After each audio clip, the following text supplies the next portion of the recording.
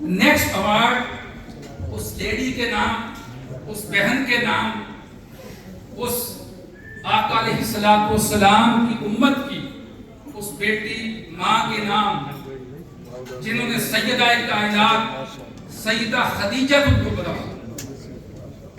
سیدہ فاطمہ الزہرا سلام اللہ علیہا کی والدہ سیدہ خدیجہ الکبریٰ سلام اللہ علیہا، ان کی سنت پر عمل کرتے ہوئے اپنا سب کچھ پریکٹیکلی مدینہ الزہرا پر لٹا دیا۔ جس دن سے مدینہ الزہرا بنا، اس کی خریداری، اس کی زمین پرچیز کی گئی، ان کی کنٹریبیوشن حضور ہر قدم پر سال ہر سال چلتی رہی، ہر قدم، ہر اپیل، ہر جگہ پر اس کا ایک الگ حساب ہے۔ مگر چلتے چلتے کلائمیکس وہ تھا کہ جب انہوں نے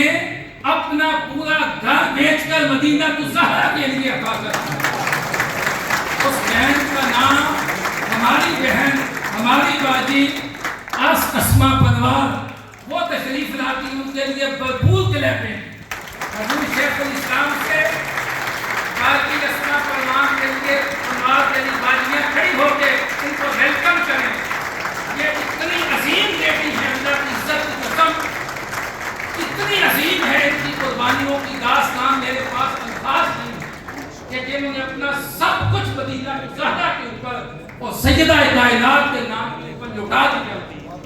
آج کے زمانے میں سیدنا صدیق اکبر کی یاد زیادہ کی، سیدنا عثمان غنی رضی اللہ تعالی عنہ کی یاد تازہ جس ہماری بہن نے کی،